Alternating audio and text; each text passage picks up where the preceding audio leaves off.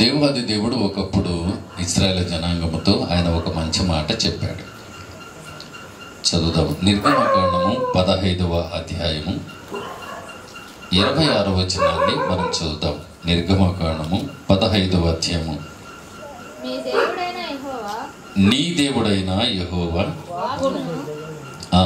శ్రద్ధగా విని ఆయన దృష్టికి న్యాయమైనది చేసి ఆయన ఆజ్ఞలకు విధేయులై ఆయన కట్టడలను అనుసరించి నడిచిన ఎడల నేను ఐగుప్తులకు కలుగున చేసిన రోగములలో ఏది మీకు రాని నిన్ను స్వస్థపరచు యెహోవాను నేనే.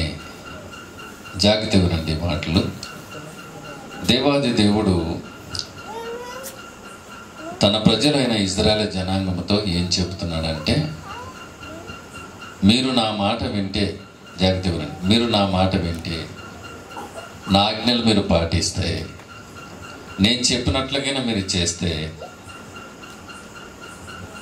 ఐగుప్తులో ఉన్నటువంటి రోగాలు మీ మీదికి నేను రానియను. ఒకవేళ వచ్చిన మిమ్మల్ని నేనే స్వస్థపరుస్తాను. జాగ్రత్త వినండి. రాత్రి ఒకవేళ ఆ రోగము వచ్చినా నేనేం చేస్తాను? నిన్ను స్వస్థపరచు యెహోవాను నేనే అని చెప్పాడు. అంటే మనం నమ్మినటువంటి దేవుడు స్వస్థతను ఇచ్చే దేవుడు. మన బాడీ అంతా కూడా కలుగజేసిన వాడు ఆయనే. కాబట్టి మన అవయవాల్లో ఎక్కడ అనారోగ్యం ఉందో ఆయనకు బాగా తెలుసు. కాబట్టి ఆ అవయవాల్లో ఈ చర్మములోన, మాంసములోన, నర్రాల్లోన, ఎముకల్లో, కండరాల్లో ఉన్న ప్రతి రోగం ఆయనకు తెలుసు. కాబట్టి మిమ్మల్ని స్వస్థపరచు యెహోవాను నేనే అని చెప్పాడు. ఇక్కడ మనం బాగా ఆలోచన చేయాలి. మీరు నా మాట వింటే, నా ఆజ్ఞలు పాటిస్తే, నేను చెప్పినట్లు చేస్తే ఏ రోగాలు మీ దగ్గర రానియను. ఒకవేళ వచ్చినా నేనే ఏం చేస్తాను? స్వస్థపరుస్తాను. ఎంత చక్కగా చెప్పాడు చూడ ఆయన. నిన్ను స్వస్థపరచు యెహోవాను నేనే అని దేవాది దేవుడే చెబుతూ ఉన్నాడు. ఎలాంటి రోగాలను బాగు చేస్తాడు ఆయన? అది కూడా డౌటే కదా. ఎలాంటి రోగాలను బాగు చేస్తాడు ఆయన? రండి, ఒక వ్యక్తిని రాత్రివేళ మీ దృష్టికి తెస్తాను నేను. చదువుదాము. మార్కు సువార్త 5వ అధ్యాయము 25వ వచనం నుండి. ఇక్కడ ఒక స్త్రీ మనకు కనపడుతుంది. ఆమె రోగం ఏంటో తెలిసిన బ్లడ్ బ్లీడింగ్ అనమాట. అంటే రక్తస్రావము కలిగిన స్త్రీ. బాగా వినండి. రాత్రి రక్తస్రావం కలిగినటువంటి స్త్రీ. ఎన్ని సంవత్సరాలు ఆమె ఇబ్బంది పడింది అని అంటే 12 సంవత్సరాలు. ఎన్ని సంవత్సరాలు చెప్పండి? 12 సంవత్సరాలుగా ఆమె ఇబ్బంది పడింది. అక్కడ బైబిల్లో రాయబడిన మాట ఏంటంటే 5వ అధ్యాయము 26వ వచనాన్ని, తనకు కలిగినదంతయు వ్యయము చేసుకొని ఎంత మాత్రమును ప్రయోజనము లేక మరింత సంకటపడెను. 25వ వచనాన్ని, 12 ఏళ్ల నుండి రక్తస్రావము కలిగి రోగము కలిగిన ఒక స్త్రీ ఉండెను. ఆమె, జాగ్రత్త వినండి, ఆమె అనేక వైద్యుల చేత ఎన్నో తిప్పలవాడి. జాగ్రత్త వినండి మాట. 12 సంవత్సరాలు రక్తస్రావం కలిగిన స్త్రీ. అసలు బయటికి రావాలంటే రాలేదు ఆమె. సమాజంలో తిరగాలంటే తిరగలేదు ఆమె. కనుక 12 సంవత్సరాలు డాక్టర్ బాగు చేస్తాడు అంటే ఆ డాక్టర్ దగ్గరికి వెళ్ళడం, డాక్టర్ బాగు చేస్తాడంటే ఆ డాక్టర్ దగ్గరికి వెళ్ళడం. ఇలా ఎంతోమంది వైద్యుల దగ్గరికి వెళ్ళి, వింటున్నారా? ఎంతోమంది వైద్యుల దగ్గరికి వెళ్ళి ప్రయోజనమే లేదంట. చూడు ఎంత ఆశ్చర్యం. ఇప్పుడు వాస్తవంగా మన బాడీ అంతటికి ఒక్కొక్క పార్ట్కి ఒక డాక్టర్. కంటికి ఒక డాక్టర్, పంటికి ఒక డాక్టర్, నోరుకు ఒక డాక్టర్, కాలుకు ఒక డాక్టర్, చేయికి ఒక డాక్టర్ కదా. ఎంతమంది డాక్టర్లు ఏమండి, ఎంతమంది. అక్కడ రాయబడిన మాట ఏంటంటే, ఆమె అనేక వైద్యుల చేత ఎన్నో తిప్పలు పడి తనకు కలిగినదంతయు వ్యయపరుచుకొని ఎంత మాత్రమును ప్రయోజనము లేక మరింత సంకటపడేను. దేవునికి స్తోత్రం. హల్లెలూయా. చూసారా, ఎంతో మంది వైద్యుల దగ్గరికి వెళ్ళిందంట, కానీ ఏమి ప్రయోజనమే లేదంట. అసలు బాగాలేదు. 12 సంవత్సరాలుగా ఇబ్బంది పడింది.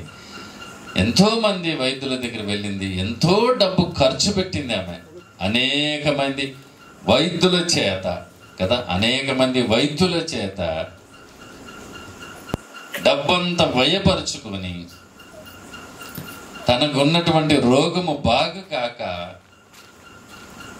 మరింత సంకటపడింది. అయ్యో, ఇంత డబ్బు అయిపోయా, ఇంతమంది వైద్యుల దగ్గరికి వెళితే కానీ నా రోగము బాగాలే అని మరింత సంకటపడింది.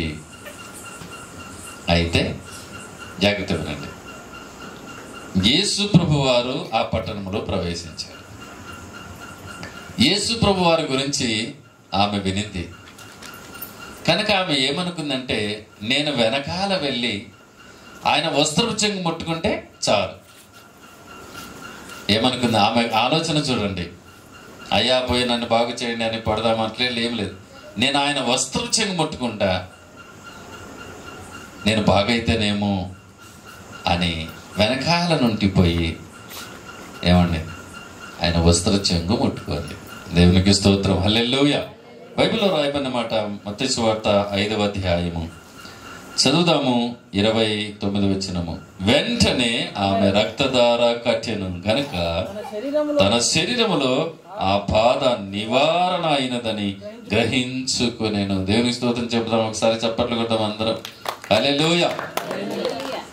చూసారా, వెనకాల నుండి పోయి యేసు ప్రభు యొక్క వస్త్రాన్ని అట్లా ముట్టుకుంది.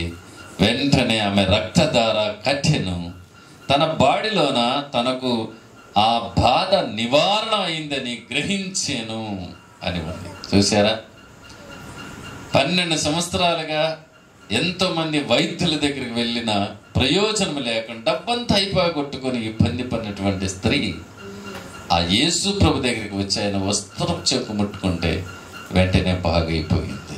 దేవునికి స్తోత్రం. మీకు ఒక మంచి మాట చెప్తాను.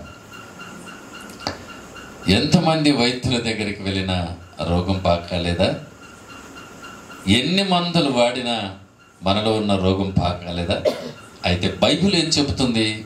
ద్వితీయోపదేశకాండము 7వ అధ్యాయము 15వ వచనాన్ని మనం చదివితే, ద్వితీయోపదేశకాండము 7వ అధ్యాయం 15వ వచనాన్ని మనం చదివితే అక్కడ ఒక మంచి మాట ఉంది. యెహోవా నీ యొద్ద నుండి జాగ్రత్త వినాలి, సర్వ రోగములను తొలగించి నువ్వు ఎరుగిన ఐగుప్తులోని కఠినమైన వ్యాధులను తీసేస్తాను. దేవునికి స్తోత్రం చెబుతాం. ఇక్కడ 2 విషయాలండి. ఒకటి ఏంటంటే సర్వ రోగాలు తీసేస్తా. ఎన్ని రోగాలు? నీ బాడీలో ఏమేమి రోగాలు ఉన్నాయో ఆ సర్వ రోగాలన్నీ తీసేస్తా. తర్వాత కఠినమైన వ్యాధులు అన్నాడు. కఠినమైన వ్యాధులు అంటే డాక్టర్లంగా చేతులు ఇచ్చిన మా వల్ల కాదయ్యా, మేము చేసే ప్రయత్నం మేము చేసినాం, మా వల్ల కాదు అని డాక్టర్లు చేతులు ఇచ్చేసేటువంటి రోగాలే కఠినమైన వ్యాధులు. ఎన్ని మందులు వాడినా, ఎన్ని టాబ్లెట్లు వాడినా, ఎన్ని ఇంజక్షన్లు వాడినా, ఎంతమంది వైద్యులను సంప్రదించినా బాగానటువంటి రోగాలను ఏమంటాం? కఠినమైన వ్యాధులు అంటారు, దీర్ఘకాల వ్యాధులు అంటారు కదా. ఎన్ని సంవత్సరాలు అయింది మందులు వాడుతున్నాను కానీ బాగట్లేదు, డాక్టర్ దగ్గర వెళ్తున్నాం కానీ బాగట్లేదు. కఠినమైన వ్యాధులు. చూశారు, సర్వరోగాలు. రెండవది చెప్పండి, కఠినమైన వ్యాధులు నేనే తీసేస్తాను, నేనే తీస్తాను. అందుకే అన్నాడు, మిమ్మల్ని స్వస్థపరచు యెహోవాను నేనే అని ఆయన చెప్పాడు. అవి సర్వరోగాలైనా కఠినమైన వ్యాధులైనా నేనే తీసేస్తాను అని చెప్పాడు. ఇర్మియా గ్రంథము 33వ అధ్యాయము 6వ వచనాన్ని మనం చూస్తే, ఇర్మియా గ్రంథము 33వ అధ్యాయము 6వ వచనాన్ని చదివితే అక్కడ ఒక మంచి మాట ఉంది. మీకు రోగాలు వచ్చాయా? అవి బాగా కావట్లేదా? కఠినంగా ఉన్నాయా? సర్వరోగాల? అయితే ఆయన మాట్లాడుతున్నాడు 6వ వచనములో, నేను దానికి ఆరోగ్యమును స్వస్థతను మరలా ఇస్తాను. దేవునికి స్తోత్రం చెప్పాలి. హల్లెలూయా. ఏమంటాడు తెలిసిన?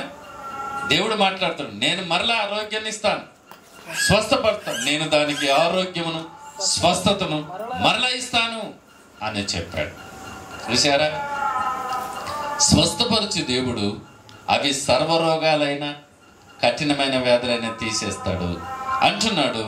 నేను దాన్ని స్వస్థపరుస్తాను, నేను దానికి మరలా ఆరోగ్యాన్ని ఇస్తాను, మరలా స్వస్థపరుస్తాను అని చెబుతున్నాడు. స్వస్థపరిచి దేవుడు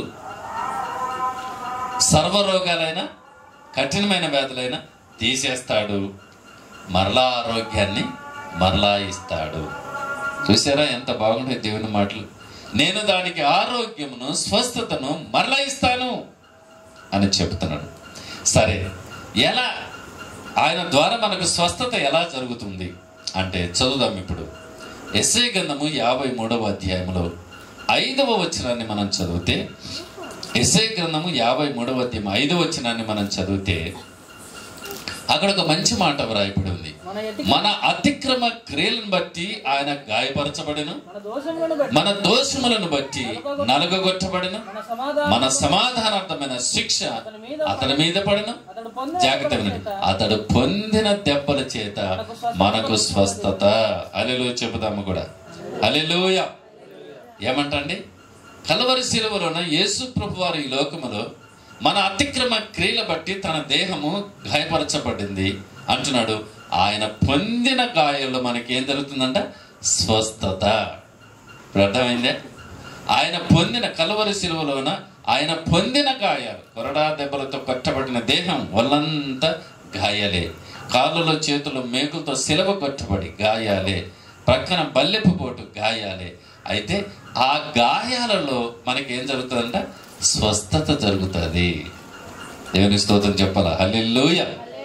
కల్వరి శిలువలో యేసు ప్రభు వారు గాయపరచబడ్డారు కదా, కనుక ఆయన పొందిన దెబ్బల చేత మనకేం జరుగుతుందంట? స్వస్థత జరుగుతుంది. స్వస్థత జరుగుతుంది. ఎంత మంచి మాటలండి, ఎంత గొప్ప దేవుడు. యేసు ప్రభు వారు కల్వరి శిలువలో పొందిన ఆ గాయాలలో మనకేమొస్తుందంట? స్వస్థత. ఆయన పొందిన దెబ్బల చేత మనకు స్వస్థత. అవి సర్వరోగాలైన కఠినమైన వ్యాధులైన. ఒకానొక సమయంలోన పక్షవాయువు కలిగిన వారిని యేసు ప్రభు వారి దగ్గరికి మంచంతో పట్టుకొని వచ్చినారు. నలుగురు వ్యక్తులు మంచంలో పడుకొని పెట్టుకొని వచ్చినారు. పెట్టుకుని వచ్చారు. యేసు ప్రభు అన్నాడు, నీ పాపాలు క్షమించబడ్డాయి, నువ్వు లేచి మంచం ఎత్తుకుని పో అన్నాడు. దేవునికి స్తోత్రం చెప్పాలా? ఏమన్నాడు? నువ్వు లేచి మంచం ఎత్తుకుని పో అంటే దిగ్గున లేచి మంచం ఎత్తుకొని ఇంటికి పోతున్నాడు. ఎంత అద్భుతం! ఆయన మాటలు ఎంత శక్తి ఉందో తెలిసిన. పక్షవాయువు కలిగినాడు అంటే కాళ్ళు చేతులు పడిపోయి కథలు లేకుండా మంచం మీద పట్టుకొని వచ్చినారు. 4 వ్యక్తులు మోసుకొని వస్తే యేసు ప్రభు అన్నాడు, నువ్వు లేచి ఎతకొని మంచాన్ని నీవన్నాడు. వాడు దిగ్గున లేచి మంచం ఎత్తుకొని నడిచిపోయాను. దేవునికి స్తోత్రం. చూశారండి ఎంత గొప్ప దేవుడు ఆయన. ఒక్క మాట నువ్వు లేచి నడుము అని అంటే.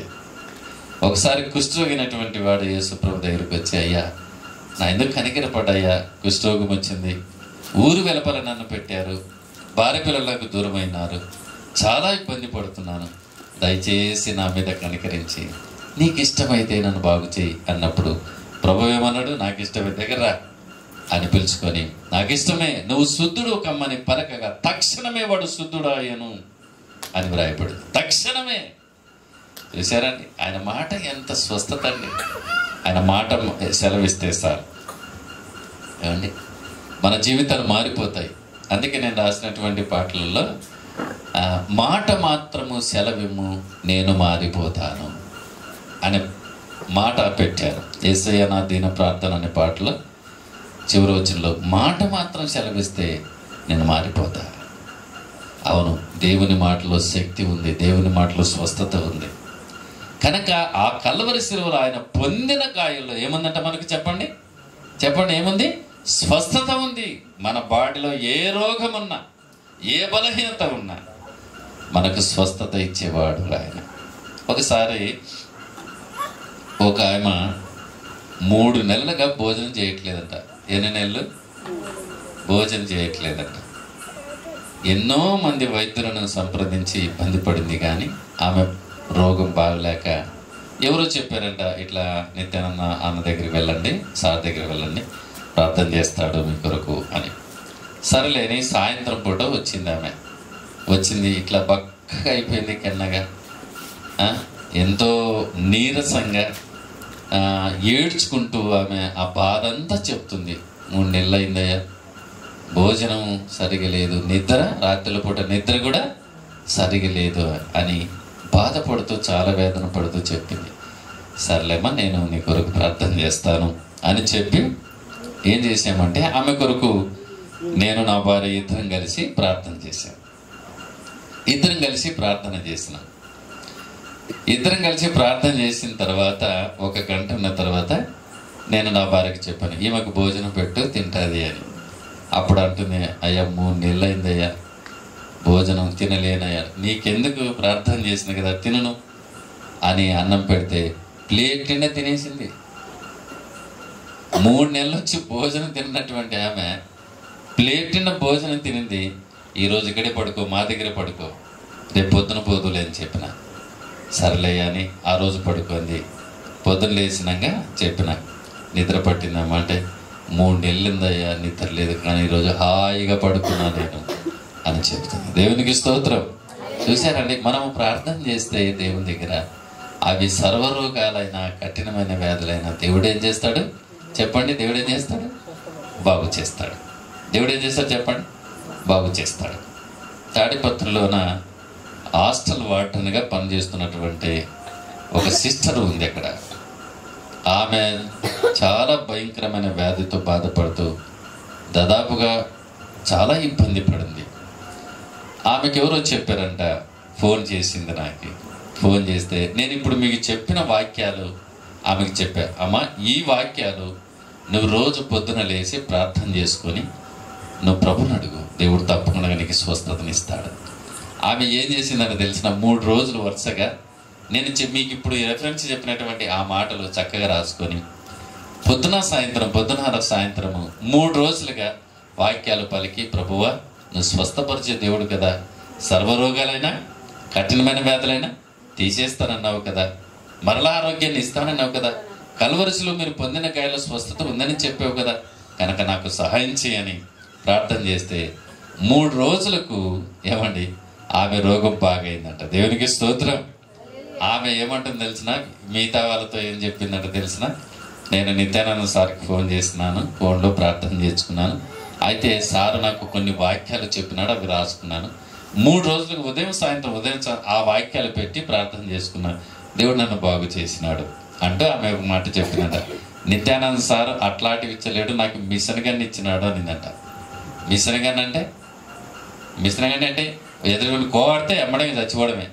అంటే దేవుని వాక్యం మిషన్ గన్నిగా ఆమె మార్చుకొని ఆ వాక్యం ద్వారా తనకున్నటువంటి రోగాల్ని పటాపంచలు చేసింది అని సాక్ష్యం చెప్తుందంట. నిత్యానంద సార్ నాకు మిషన్ గన్ ఇచ్చినాడు అంటే బైబిల్ ఉన్న మాటలు నాకు ఇచ్చినాడు, ఆ మాటలను వాడినాను, నా రోగం బాగిపోయింది. ఇలాంటివి నేను కోకలు చెప్పగలను. కనుక ఇక్కడ విషయం ఏమిటి అంటే, ఒక వ్యక్తి దేవుని మాట వింటే, దేవుని ఆజ్ఞలు పాటిస్తే అవి సర్వరోగాలైనా కఠినమైన వ్యాధులైనా తీసేస్తాడు. ఆ కలువరి శిలువలో ఆయన పొందిన గాయాలను మనకేం జరుగుతుందంట? స్వస్థత. ఒకసారి లాజరు అనేటువంటి వ్యక్తి చనిపోయాడు. జాగ్రత్తగా వినండి. చనిపోతే సమాధులు పెట్టారు. 4 రోజులు అయింది. ఎన్ని రోజులు? మనం 1 రోజు పెట్టుకోవాలనుకుంటే ఫ్రిడ్జ్ తెచ్చుకొని పెట్టుకుంటాం. ఎందుకు? వెంటనే బాడీ పాయలైపోయి స్మెల్ వస్తుంది. ఇక సమాధులు పెట్టారు. యేసు ప్రభు వచ్చాడు. వస్తే అప్పుడు యేసు ప్రభు అన్నాడు మార్తతో, అమ్మ నువ్వేమి బాధపడద్దు, లాజరు బతుకుతాడులే అన్నాడు. ఎట్లా బతుకుతాడు? చనిపోయిన లాజరు ఎట్లా బతుకుతాడు అని ఆశ్చర్యపోయాడు. అప్పుడు అన్నాడు, మార్త నువ్వు నమ్మితే దేవుని మహిమను చూస్తావు అని. నువ్వు నమ్మితే దేవుని మహిమను చూస్తావు నువ్వు అన్నాడు. పద సమాధి దగ్గర పోదామని. తీయండి, రాయి తీయండి. అప్పుడు అంది మార్త, వాసన వస్తుందయ్యా, 4 రోజులు అయింది, వాసన వస్తుంది, ముందు తీయండి, బండ తీయండి అని చెప్తే ప్రభు అన్నాడు, లాజరు బయటికి రా. బిగ్గరగా చెప్పాడు, లాజరు బయటికి రా అని పేరు పెట్టి పిలిస్తే చనిపోయిన వాడు లేచి బయటికి వచ్చినాడు. ఎంత అద్భుతం అండి! మనము దేవుని నమ్మాలే కానీ ఆయన చేయని కార్యం అంటూ ఏది ఉండదు. ఎందుకంటే ఆయనకు అసాధ్యమైనది ఏది కూడా లేదు. ఆయనకు సమస్తం సాధ్యం. ఒక్క క్షణం చాలు, మాట మాత్రం సెలవు చాలు. కనుక దేవుని బిడ్డలారా, ఎప్పుడైనా మనకు అలాంటి పరిస్థితులు వచ్చినప్పుడు ఈ వాక్యాలు మన ముందు పెట్టుకొని చక్కగా చదువుకుని, దేవా నువ్వు చెప్పావు కదా, నేను మిమ్మల్ని నమ్మాం, నువ్వు స్వస్థపరిచే దేవుడు కదా, కనుక సర్వరోగాలైనా కఠినమైన వ్యాధులను తీసేస్తానన్నావు కదా, కనుక నాకు సహాయం చెయ్యి అని మనము ప్రార్థన చేస్తే తప్పుగా దేవుడు ఏం చేస్తాడు? ప్రార్థన చేస్తాడు, ప్రార్థనకు జవాబిస్తాడు.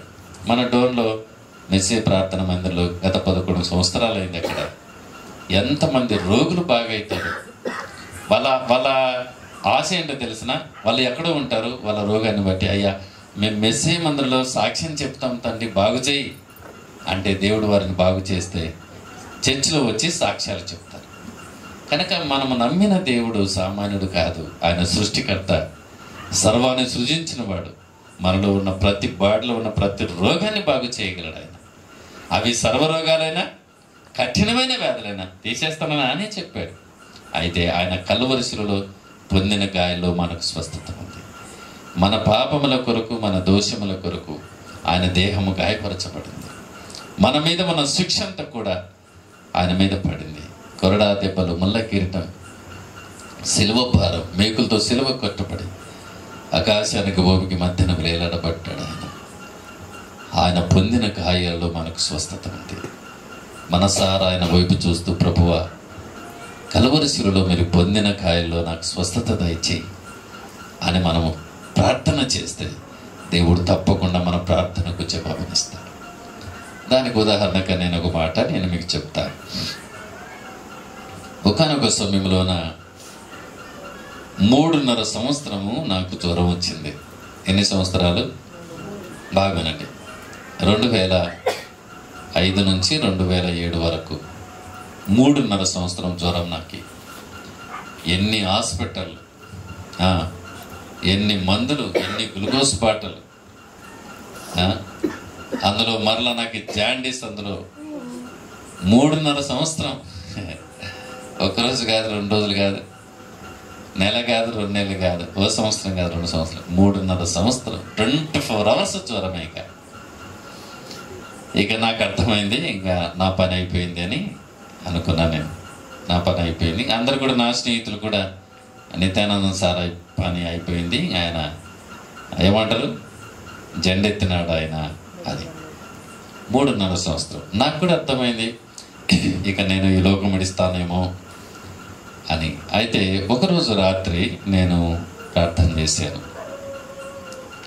రాత్రి 12 గంటల నుంచి 2 గంటల వరకు ప్రార్థన చేసి, ప్రభువా నా వల్ల అవ్వట్లేదు, నా చేత కాదు, ఎన్ని మందులు వాడాం, ఎన్ని గ్లూకోజ్ బాటలు, ఎన్ని హాస్పిటల్ తిరిగాము, అయినా నాకున్న రోగం బాగా కాలేదు అంటూ నేను ఏడ్చుకుంటూ ప్రార్థన చేశాను. ప్రభువా నీ పరిచర్య చాలు అనుకుంటే ఈ రాత్రి నన్ను తీసేసుకో, నీ రాజ్యంలోనికి రావడానికి నేను రెడీగా ఉన్నాను. నాకు ఎలాంటి ఆశలు లేవు. నీ సేవ చేయాలనుకున్నాను, చేసినాను ఇన్ని సంవత్సరాలు. అయితే 3.5 సంవత్సరంగా నేను ఇబ్బంది పడుతున్నా, నా వల్ల అవ్వట్లేదు, నా చేత కాదు, ఇంకా తీసుకోను ఆయన అని ప్రార్థన చేస్తూ, ఒకవేళ నీ చిత్తములో ఉంటే నేను ఇంకా ఈ భూలోకంలో నీ సేవ చేయాలనుకుంటే ఈరోజు నన్ను ముట్టుము, నన్ను తాకు, నాకు స్వస్థత వచ్చాయి అని ఈ 2 మాటలు నేను ప్రభు దగ్గర రాత్రి నేను ప్రార్థన చేశాను. 12 గంటల నుంచి 2 గంటల వరకు. దేవా నీ పని చాలనుకుంటే తీసుకో ఈ రాత్రిగా, లేదు నీ పని చేయాలా, ఇంకా నా పని నువ్వు చేయాలని నీ చిత్తంలో నేను ఉంటే ఇప్పుడు నన్ను బాగు చేయి, ఇంకా నా వల్ల అవ్వట్లేదని కన్నీరు కార్చి ప్రభు దగ్గర ప్రార్థన చేస్తూ అలాగే నిద్రపోయినా. నేను అలాగే నిద్రపోయినా. ఆ నిద్రలో ఒక దర్శనము నాకు కనపడుతుంది. అదేంటంటే, నేను 2 చేతులు ఇలా చాపి పెట్టాను, పరలోకము నుండి ఒక గొప్ప వెలుగు నా చేతుల్లోకి వచ్చిందండి. దేవునికి స్తోత్రం, హల్లెలూయా. ఆ దర్శనములు నేను చూస్తూ ఉన్నాను. పరలోకము నుండి 2 చేతులు ఇలా చాపి పెట్టాను. ఆ 2 చేతుల్లోకి దేవుని యొక్క గొప్ప వెలుగు ప్రకాశించిందండి. చిత్రం ఏంటి తెలిసిన, అలాగే నిద్రపోయినాను. పొద్దునకి మంచిగా లేచి కూర్చున్నా. హల్లెలూయా. ఉదయాన శుభ్రంగా లేచి కూర్చున్నా. ఆ రోజు నుండి 2007 సంవత్సరం. ఎన్ని సంవత్సరాలైంది ఇప్పటికి చెప్పండి? ఎన్ని సంవత్సరాలైంది? 2017. 16 సంవత్సరాలు అయింది. ఏమండి? కనుక సర్వరోగాలైన కఠినమైన వ్యాధులైన మన దేవుడు స్వస్థపరిచే దేవుడు. ఆయన దగ్గర మనం ప్రార్థన చేస్తే, ప్రభువా నాకు సహాయం చేయి, నన్ను ముట్టు, నువ్వు పొందిన గాయాలకు స్వస్థత ఉందని చెప్పాను, సహాయం చేయని ప్రభు దగ్గర మనం కన్నీరు కార్చి సహాయం చేస్తే అవి సర్వరోగాలైన కఠినమైన వ్యాధులైన ఆయన ఏం చేస్తాడంట? తీసివేస్తాడు. మిమ్మల్ని స్వస్థపరచు యెహోవాను నేనే అన్నాడు. ఇక్కడ ఒక మంచి మాట మనం ఆలోచన చేయాలి. మనము దేవుని మాట విని దేవుని ఆజ్ఞలు పాటిస్తే ఏ రోగాలు కూడా నీ దగ్గర రాని అని అన్నాడు. ఒకవేళ వచ్చినా మిమ్మల్ని ఏం చేస్తాను? స్వస్థపరుస్తాను అని చెప్పాడు. కనుక మనం దేవుని మాట వినాలా, దేవుని ఆజ్ఞలు పాటించాలా. ఆ దేవుడు చెప్పినట్టు మనం చేస్తూ ఉంటే బైబిల్ చెప్తుంది, ఏ తెగులు నీ గుడారమును సమీపించదు. చూసారా? నీ ఇంటిలోకి ఏ రోగాన్ని కూడా రాని అని చెప్పాడు. 91వ కీర్తన భాగం 10వ వచనం నుండి చదివితే, ఏ తెగులు నీ ఇంటి చుట్టూ కంచె వేస్తా నేను. తెలుసనా? దేవుని మాటలు ఎంత గొప్ప తెలుసిన. మనము దేవుని నమ్మాలే కానీ మన ఇంటి చుట్టూ ఏ తెగులు నీ గుడారంలోనికి ప్రవేశించని అన్నాడు. యోబు గురించి మనం ఆలోచన చేస్తే, యోబు ప్రతిరోజు ఉదయాన్నే లేచి దేవుని సన్నిధిలో ప్రార్థన చేసేవాడు. అయితే యోబు చుట్టూ కంచె వేశాడంట. చూశారని? ఏ రోగము కూడా ఇంట్లోకి రానియకూడదు. కనుక దేవుణ్ణి మనం నమ్మాలి కానీ దేవుడు అందుకే మాట్లాడుతున్నాడు, మాటను నమ్మితే దేవుని మహిమను చూస్తావు అని వ్రాయపడు. కనుక దేవుని బిడ్డలారా, నిరుత్సాహపడొద్దండి. స్వస్థపరిచి దేవుడు మనకున్నాడు. అవి సర్వరోగాలైనా కఠినమైన వ్యాధులైనా ఆయన తప్పకుండా ఏం చేస్తాడు? స్వస్థత ఇస్తాడు. అయితే మనం ఆయన దగ్గర ఏం చేయాలా? ప్రార్థన చేయాలి. ప్రభువా నాకు సాయం చేయి, నన్ను స్వస్థపరచు. నువ్వు స్వస్థపరిచే దేవుడు కదా. సర్వరోగాలైనా కఠినమైన వ్యాధులైనా తీసేస్తానన్నావు కదా, సహాయం చేయి అని తప్పుగా ఆయన దగ్గర ప్రార్థన చేస్తే మనకున్న రోగాలన్నీ తీసేస్తాడు. మన కుటుంబంలో ఉన్న బలహీనతలన్నీ తీసేస్తాడు, శోధనలన్నీ తీసేస్తాడు, పరిస్థితులన్నీ మారుస్తాడు ఆయన. అందుకే ఓ పాట పాడుతుంటారు కొంతమంది, యేసు ఉన్న ఇంటిలో రోగమే ఉండదంట. ఎంత బాగుంటుందో పాట కదా. యేసు ఉన్న ఇంటిలో శాంతి ఉంటుంది, యేసు ఉన్న ఇంటిలో రోగము ఉండదు, యేసు ఉన్న ఇంటిలో సమాధానం ఉంటుందని పాట పాడతారు. కనుక దేవుని బిడ్డలారా, ఈ రాత్రి వేళ అవి సర్వరోగాలనే ఎన్ని రోజులా అని అనుకున్నా పర్వాలేదు, కానీ ఈరోజు రాత్రి దేవుడు మీతో మాట్లాడుతున్న విషయం ఏంటంటే, ప్రార్థన చేయి, దేవుడు తప్పకుండా స్వస్థతనిచ్చాడు. చెప్పాడు కదా, అడగండి మీకు ఇవ్వబడును అని చెప్పాడు. మనం అడగాల. బైబిల్ చెప్తుంది, మీరు ప్రార్థన చేయనప్పుడు వేటిని అడుగుదరో పొంది ఉన్నామని నమ్మండి. దేవా నువ్వు నన్ను స్వస్థపరుస్తావు, నన్ను బాగు చేస్తావని నమ్మండి, మీకు నమ్మిక ప్రకారంగా జరుగుతుంది. నమ్ముట నీ వలన అయితే నమ్మువానికి సమస్తం సాధ్యం. దేవునికి అసాధ్యమైంది ఏది లేదు. ఒక్క క్షణం చాలా, ఆయన మాట మాత్రం సెలవిస్తే చాలా ఆయన.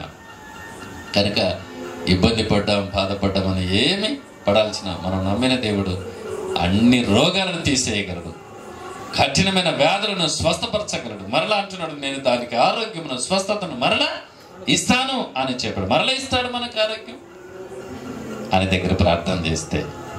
కనుక నిరుత్సాహపడాల్సిన అవసరం ఏమీ లేదు. యబాతని నేను వణుకుంటూ కూర్చోవలసిన అవసరం లేదు. చక్కగా ప్రభు దగ్గర ప్రార్థన చేసి, ప్రభువా నాకు సహాయం చేయి, నువ్వు చెప్పావు కదా, స్వస్థపరిచే దేవుడు కదా, నువ్వు పొందిన గాయాల స్వస్థత ఉందని నువ్వే చెప్పావు కదా, కనుక నాకు సహాయం చేయనని ప్రార్థన చేస్తే తప్పగా సర్వరోగాలైనా కఠినమైన వ్యాధులైనా ఆయన ఏం చేస్తాడు? తీసివేస్తాడు.